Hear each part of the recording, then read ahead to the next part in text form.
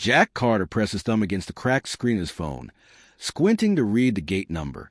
His flight to Seattle was boarding in 15 minutes, and he was already cutting it close thanks to a stalled train on the way to the airport.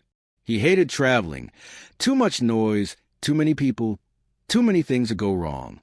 As he jogged through Terminal C, dodging a woman dragging a wheeled suitcase behind her like a reluctant pet, he didn't notice the shift in gate numbers. He simply saw a line forming, heard Seattle mentioned once by a nearby couple, and joined the queue. By the time he buckled into his seat and shoved his duffel bag under the seat in front of him, his shirt clung to his back with sweat. The air conditioning didn't help much, nor did the smell of burnt coffee drifting from the galley. He leaned his head back, closed his eyes, and thought about his daughter. Maddie was with her grandmother for the week, her first time away since the divorce. Jack had barely scraped together the money for this trip. Visiting his sister in Seattle was supposed to be a rare respite, a chance to breathe. He didn't get many of those. The plane lifted off. Jack drifted into a shallow sleep, lulled by the hum of the engines and the rhythmic clink of the beverage cart. When the pilot finally announced their descent, Jack blinked at the sunlight pouring in through the window. The skyline below wasn't Seattle. It was too dry, too sun-baked. "Welcome to San Diego," the pilot's voice crackled. Jack sat upright. San Diego? He grabbed his boarding pass and stared at it, willing the letters to rearrange themselves. But they didn't. They confirmed what he was already beginning to understand. He'd boarded the wrong plane. Somehow, in the chaos, he'd stepped into the wrong line, onto the wrong aircraft, headed to the wrong coast. The flight attendants were sympathetic, but ultimately unhelpful. "You'll need to speak with the gate agents," one said, handing him a generic voucher for a coffee shop. The airline wouldn't cover a hotel, wouldn't offer compensation. It was, as far as they were concerned, his mistake. Outside the terminal, San Diego sweltered in a dry afternoon heat. Jack sat on a bench near the pickup zone, dialing the airline's customer service. An automated voice looped him through menus, then placed him on hold with light jazz tinning through his speaker. He wanted to scream. As he sat in his growing frustration, something stirred at the edge of his vision. A woman stood by the sidewalk, arms wrapped around herself like armor.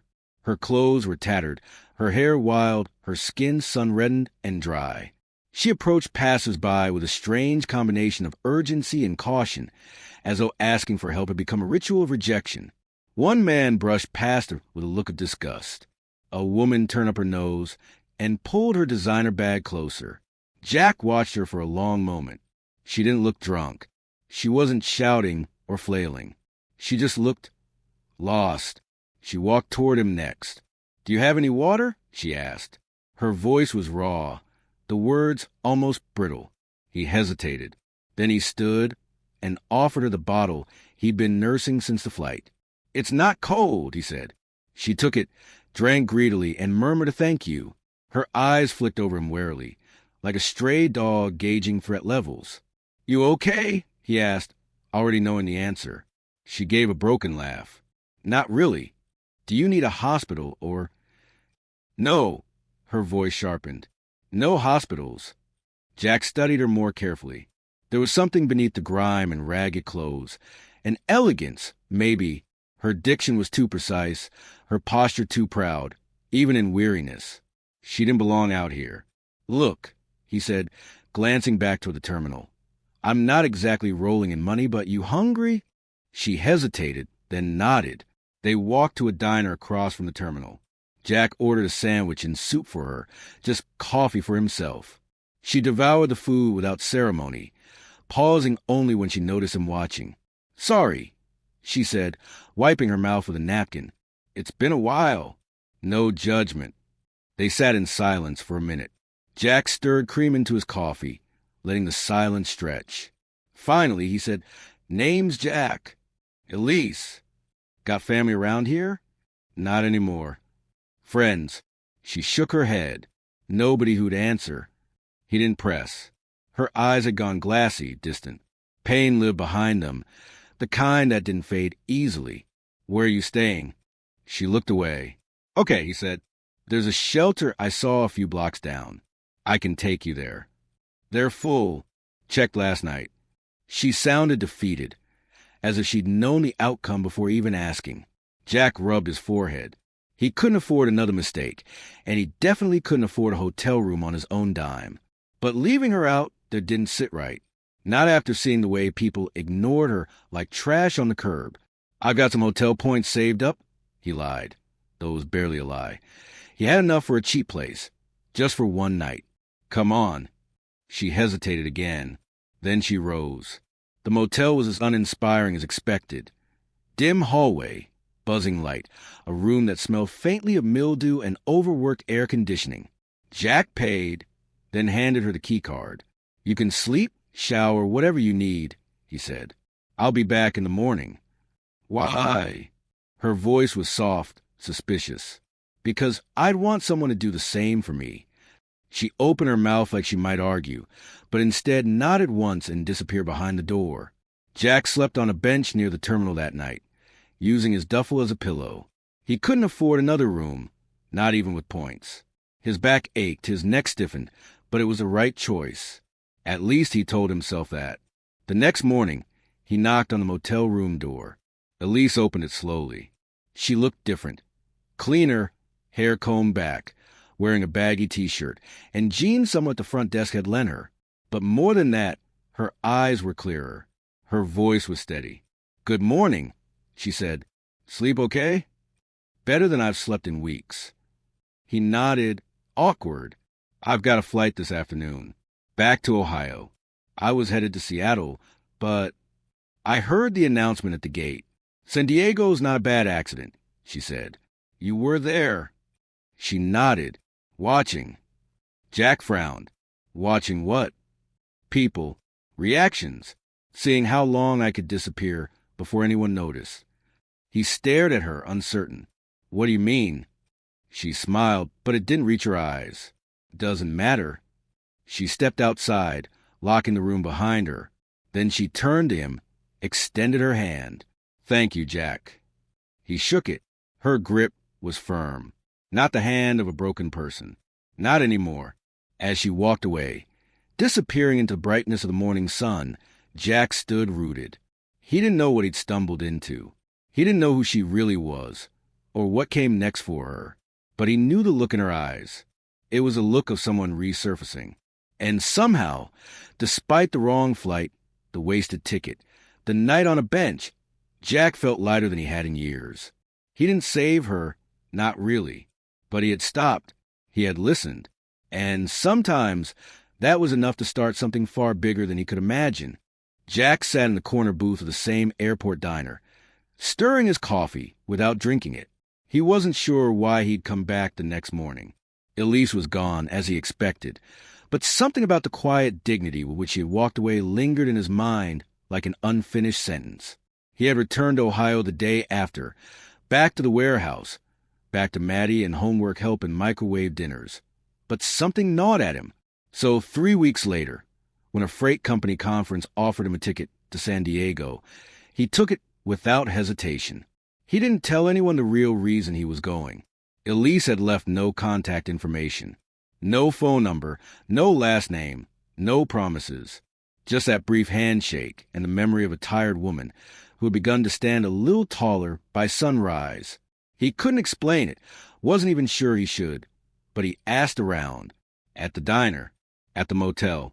A housekeeper remembered her, said she was polite, quiet, and gone by noon. He tried the shelter she'd mentioned. Still full, still grim. A volunteer there said someone matching her description had shown up recently. Bright eyes, he said.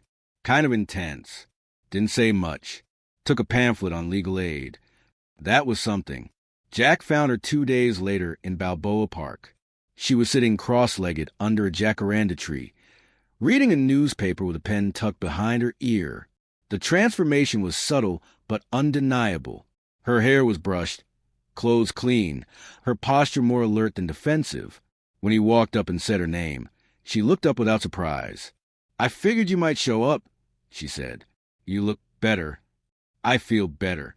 They sat in the shade like old acquaintances reunited, the silence comfortable. He watched her scribble something in the margins of classifieds. "What are you looking for?" he asked. Not jobs, just patterns. He glanced at the page. Financial firms, legal ads, investment seminars. She was tracking something. You said last time you used to be someone, Jack said carefully, someone in boardrooms. Her face didn't change. I did. He waited. She tore a strip from the page and folded it slowly. I wasn't born with money. Everything I had, I built. Scholarships, late nights, internships nobody wanted. I was sharp, maybe a little arrogant. Started working for a wealth management firm out of grad school. Rose fast. Jack nodded, absorbing the cadence of someone reciting an origin story they rehearsed too often in their head. I was good at seeing trends. I could smell a crash 6 months early. Eventually, I helped restructure a mid-sized firm. Made partner, then CEO. I was the youngest in the state. We had wealthy clients, legacy accounts. Big numbers. And then, her jaw clenched. I let someone in. Trusted him. My fiancé, if you can believe it. I thought we were building something together. Turns out, he was building a paper trail. In my name. Laundering, embezzling, insider deals. And when it blew up, every signature pointed back to me. Jack's chest tightened. You went to court? She shook her head. Never made it that far. He disappeared. Falsified my access credentials. Froze my accounts.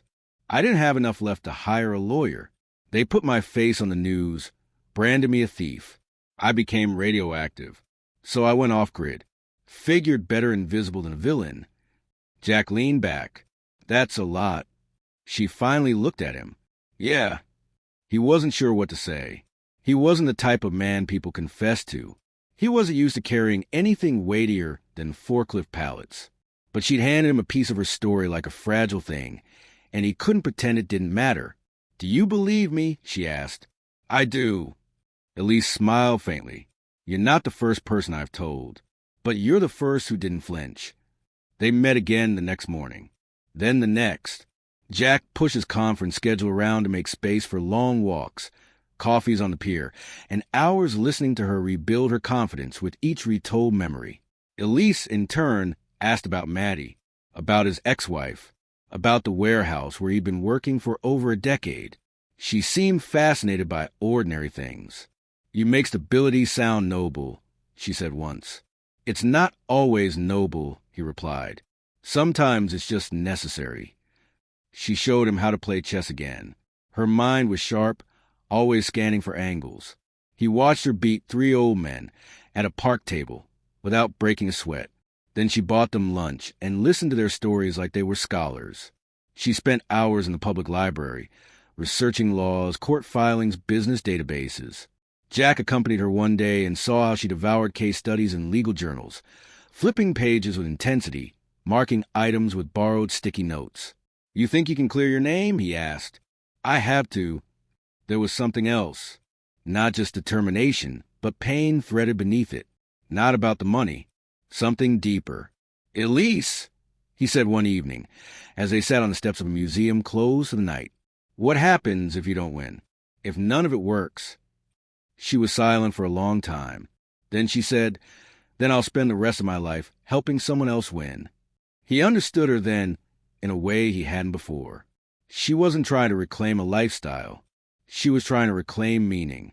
Jack made a call the next day to an old friend, Charlie, who had gone to law school and now worked in private practice in Los Angeles. He asked if Charlie might talk to someone, hypothetically, who needed advice. No names, just a meeting. Charlie agreed. 2 days later, Jack and Elise drove up the coast in a borrowed car. It was the first time Jack saw Elise nervous. What if this is a trap? She asked. Jack kept his eyes on the road. You said you were done hiding. At the law office, Elise walked in with her chin lifted but shoulders tight. Charlie, a sharp-eyed man in a wrinkled blazer, listened intently as Elise laid out the entire story. From her first promotion to the day her name hit the headlines. Charlie didn't interrupt. When she finished, he sat back and exhaled. You've been off the grid for almost a year? Yes. And you have no access to any of your original documentation? Not yet. He scratched his chin. We'll need to move carefully, discreetly, but I think you have more options than you realize." Elise didn't speak, but her eyes glistened. On the drive back, the silence was electric. Jack finally broke it. "You did good." She looked out the window. "I felt like myself in there. Just for a moment. You are yourself." She turned toward him. "And you didn't have to get involved. But you did." Jack gripped the wheel tighter. "You needed help. So I helped." She didn't say thank you. Not out loud. But her hand brushed as lightly over the center console, and he felt the warmth travel straight to his chest. Back in San Diego, they returned to their routine, only now it pulsed with momentum. Elise had tasks, documents to retrieve, statements to prepare, records to challenge. Charlie connected her with a discreet forensic accountant. Things moved slowly, but they moved. One afternoon, as they sat at a sidewalk cafe watching joggers go by, Elise said, "Do you ever wonder if all this was supposed to happen?" Jack sipped his drink. "What? The wrong flight. Everything. The fall. The way people vanish when you stop being useful. The fact that one person, not rich, not powerful, chose to sit down next to me." He thought about it. "I think life's just a series of random doors. Most of us don't knock on any. You knocked. I answered. That's enough." She smiled. Jack was scheduled to fly back the next morning. They stood in front of the motel again, where it had all started. "You really going this time?" Elise asked. "Yeah, warehouse doesn't run itself." She looked down, then up again. "Thank you, Jack, for the sandwich, the room, the trust. You don't owe me anything." She stepped closer. "Maybe not, but I hope I'll see you again." "You will." He reached for her hand. She took it without hesitation. As the taxi pulled away, Jack watched her shrink in the rearview mirror, standing tall on the curb, no longer lost, no longer ignored. She was still climbing, still fighting, and for the first time in a long while, so was he. Jack wasn't sure when his calls to Elise had stopped being check-ins and started feeling like lifelines. What had begun as weekly updates turned into near-daily conversations. She had moved into a modest apartment above a bookstore run by an elderly couple she helped with bookkeeping in exchange for cheap rent. Every night, after he tucked Maddie into bed, Jack would find himself pacing the kitchen floor with the phone pressed to his ear, Elise's voice softening the hard corners of his world. Over the following months, Elise evolved with a quiet, determined urgency. She wasn't just rebuilding her life. She was redefining it. Her focus wasn't vengeance or even vindication anymore. It was clarity, integrity, a refusal to vanish. The law firm in Los Angeles, impressed by the evidence she and Charlie were compiling, agreed to represent her pro bono if she could continue pulling the right threads. She worked long hours researching legal precedents, reconstructing timelines, and connecting the breadcrumbs her former fiancé had left scattered across digital footprints and buried accounts. Jack, in turn, found himself transforming too, not through sweeping revelations, but through small human reckonings. He started thinking beyond routine, beyond paycheck-to-paycheck survival. Maddie noticed a change first. "You're happier," she said one morning while they packed her school lunch. He had smiled, half aware, half deflecting. "You think so?" "Yeah, you laugh more. You even sang in the car the other day. It was kind of weird." He didn't tell her about Elise then. Not yet, but part of him hoped someday he could. It was on a rainy Thursday that Elise called without warning. Her voice shaky, the kind of tremble that comes from too many emotions colliding at once. "I found it," she said. The final document. Jack pulled off the highway into a gas station lot, windshield wipers beating like a frantic metronome. "Found what?" "The key to everything. An authorization buried in the email archive. He forged my digital signature, and there's a metadata trail." He didn't cover his tracks as well as he thought. "At least it's not over, but it's enough to open a case." Jack exhaled, forehead resting against the steering wheel. "You did it." "No," she said. "We did. You gave me the space to start again." That weekend, Jack flew to San Diego. Not for a hearing, not to chase a ghost, but because he needed to see her. Elise met him at the airport. Arms crossed against the wind, that familiar guarded expression quickly dissolving as he approached. They didn't kiss. They didn't have to. The look in their eyes said more than any embrace could. Back at her apartment, Elise showed him everything. Charts, documents, a corkboard web of connections. She moved with purpose, speaking in a clipped rhythm that reminded Jack of how she'd spoken that first night over a bowl of soup. Except now, she carried herself with power, not desperation. But what struck Jack more than the evidence was the photo he spotted on her dresser. It was her years ago in a clean-lined suit, standing in front of a podium with a company logo behind her. Next to it, a more recent photo of a young woman smiling beside two elderly bookstore owners. "You kept that?" he asked, pointing to the podium photo. "I almost threw it away. 12 times. Why didn't you?" "Because I need to remember that I was never a fraud. That person existed. Still does." Jack stepped closer, brushing a stray curl from her forehead. "I see her." Elise blinked rapidly. "It's just hard, not knowing how it ends. Maybe it's not supposed to end. Maybe it just keeps unfolding." Later that night, as the rain picked up outside and the scent of lemon tea filled the small apartment, Jack finally told her what he hadn't dared voice before. "I think I'm falling in love with you." Elise didn't reply right away. She touched his face gently, the way someone might trace the edge of something valuable and fragile. "I think I've been falling for you since the motel," she whispered.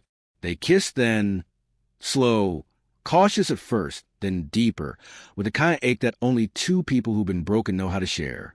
The next morning, Elise made eggs while Jack read the news aloud, punctuating the silence with commentary that made her laugh harder than she had in months. They fit, imperfectly, beautifully, like two puzzle pieces from different boxes that somehow aligned. But love, they both knew, didn't come without cost. A few weeks later, Elise received a formal notice. Her case would move forward. It would be slow, quiet, under seal for now. But the wheels were turning. Jack offered to fly out for every step. Elise refused the offer, but not the support. "I need to do this myself," she said. "But I want to know you're there. Just there." He was. Every night, no matter how exhausted they both were, they talked. Sometimes about the case. Sometimes about dreams they hadn't dared speak aloud. "I want to start a foundation," she said once, "for women who lose everything and have to start over. Not just money, real help, legal aid, housing, dignity. You'd be incredible at that. Would you help me build it?" Jack didn't hesitate. "Yeah, I would." She paused. "What about Maddie?" "She'd love you." That was the first time either of them acknowledged a future that wasn't tentative. And once they did, it became real. But the transformation wasn't just about career or love. Elise began mentoring a younger woman she met at the shelter, a runaway with a sharp mind and a habit of flinching when people raised their voices. Elise taught her how to build a resume, how to track her records, how to ask for help without shame. "She reminds me of who I was before I forgot my worth," Elise told Jack. "She's lucky to have you," he replied. Still, not everything healed cleanly. Some nights Elise woke in cold sweats, reliving courtroom nightmares that hadn't yet happened. Some days Jack doubted himself, whether he could offer enough, whether he was still just a forklift driver trying to hold together a frayed life with duct tape and hope. But they kept choosing each other. When the preliminary hearing arrived, Elise stood in front of the courthouse in a charcoal gray blazer and black slacks. Nothing flashy, nothing borrowed. Her head was high, her hands steady. Jack was in the gallery, Maddie at his side for the first time, watching Elise with quiet awe. Later, Elise emerged victorious from the preliminary motion. The court acknowledged sufficient cause for investigation and barred any further financial restrictions against her. It wasn't full exoneration yet, but it was the first public crack in the dam. Outside, she wrapped her arms around Jack and Maddie and whispered, "Thank you." For the first time in a long time, Jack felt like he wasn't just surviving. He was part of something honest, something hopeful. That night, Elise didn't talk about the future. She just sat by the window of her apartment, watching the lights blink across the cityscape. Fingers curled around Jack's. "Do you ever wonder what would have happened if you'd taken the right flight?" she asked. "Every day. And I'd have missed the most important detour of my life." She leaned her head on his shoulder, her breath slow and even. "You saved me," she said. He shook his head. "No, you saved yourself.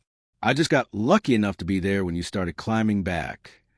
They didn't need to say it out loud. The love was already there, woven into every word, every silence, every sacrifice. And though the battle wasn't over and the road ahead remained unpredictable, Jack and Elise had found something most people never do, a second chance, not just at life, but at meaning. And they intended to make the most of it. The sun climbed lazily over the Ohio skyline, spilling amber light across the quiet street where Jack's modest home stood. In the driveway, Maddie adjusted the strap of her college bag, slinging it over her shoulder with one hand while tightening her ponytail with the other. Jack leaned against the porch post with coffee in hand, watching her like a man still surprised the world had let her grow up so fast. "Need a ride?" he asked, already knowing the answer. She grinned.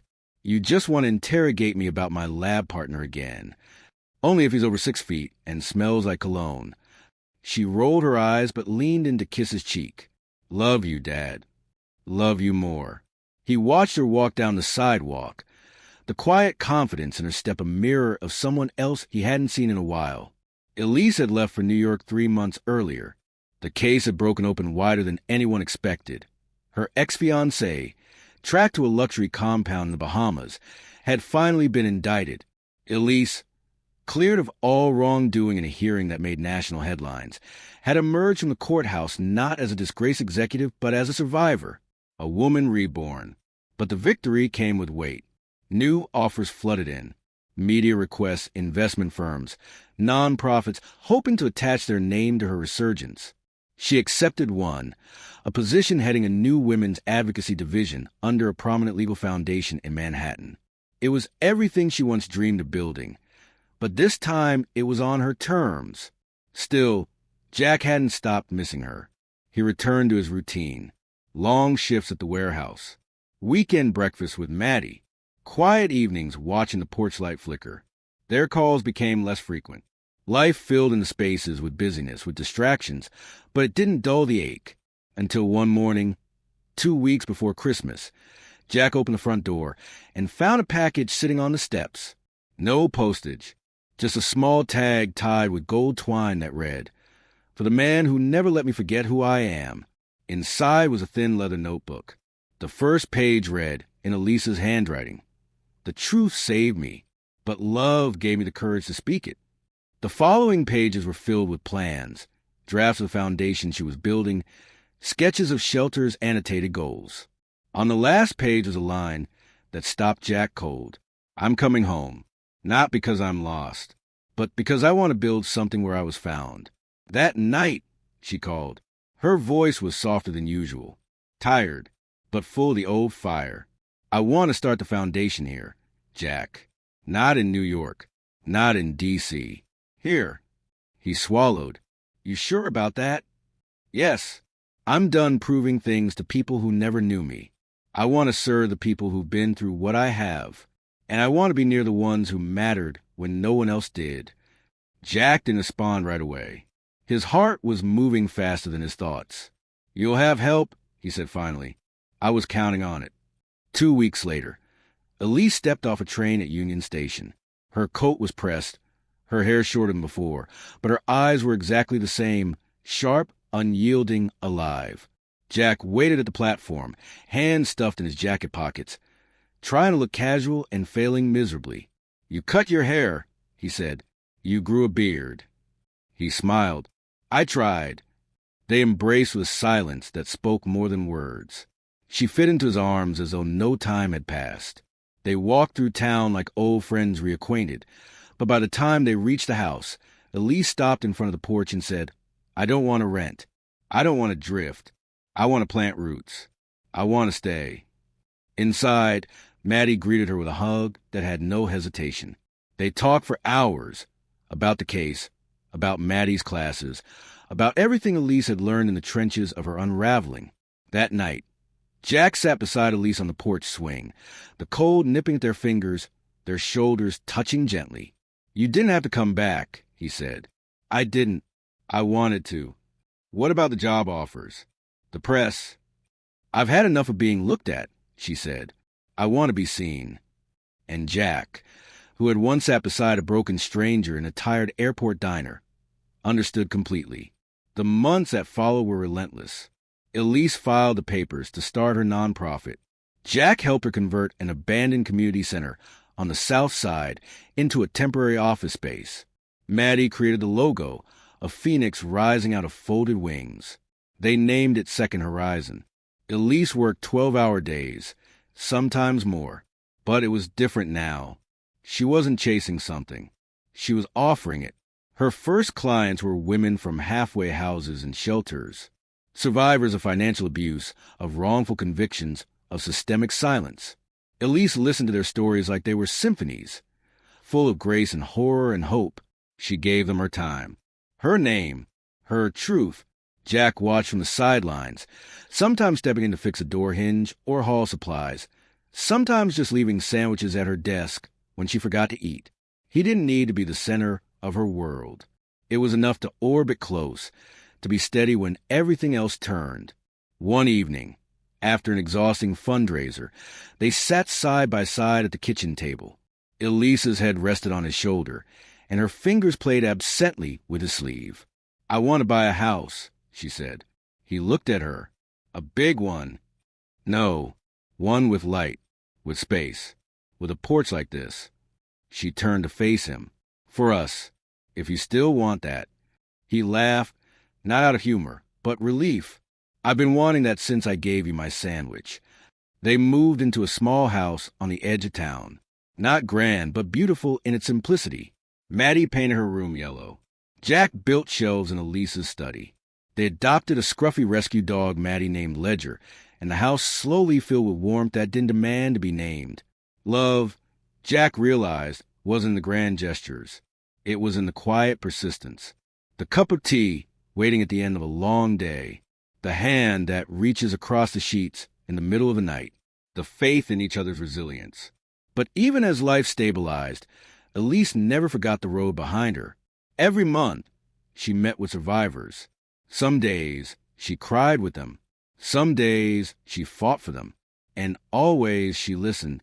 One afternoon, Jack found her standing in the kitchen, staring out the window with a faraway look.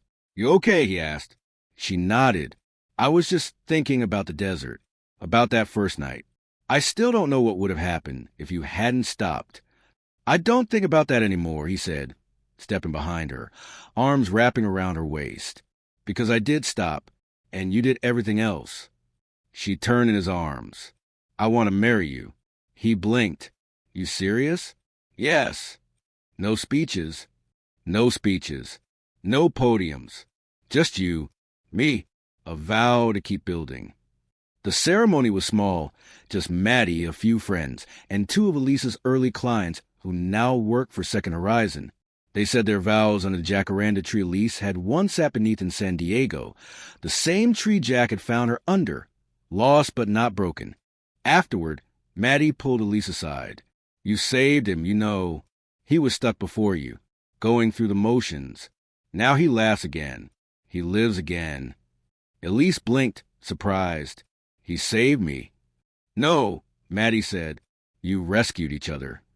Years later, long after the foundation expanded to 3 cities and Jack retired from the warehouse, they found themselves sitting on the same porch swing, hands entwined. Maddie was finishing grad school in Chicago. The house was quiet again, but not empty. Elise pulled out the old leather notebook, the one she had once gifted Jack. Inside were new pages now, photographs, newspaper clippings, letters from women whose lives had changed because of what Elise built. Jack flipped through them slowly, quietly. "Do you ever miss it?" he asked. "The big offices? The firm?" She shook her head. "I thought I wanted power, but what I really wanted was to be useful." He smiled. "You've always been more than useful." She laughed, leaning her head against his. "And you've always known how to see people no one else does." They sat in silence, watching the sky dim into a deep purple, stars pricking the horizon. A rescue, Jack thought, isn't always loud. It isn't sirens or headlines. Sometimes it's a wrong flight, a kind word, a sandwich shared without condition, a porch swing built for two. Elise squeezed his hand. "I was never the miracle, Jack," she said softly. He looked at her. "Then what were you?" "I was the proof." "Of what?" "That love, real love, is what saves us in the end." And he believed her, because there they sat, full circle, whole again not because they escaped the fall, but because they climbed through it together,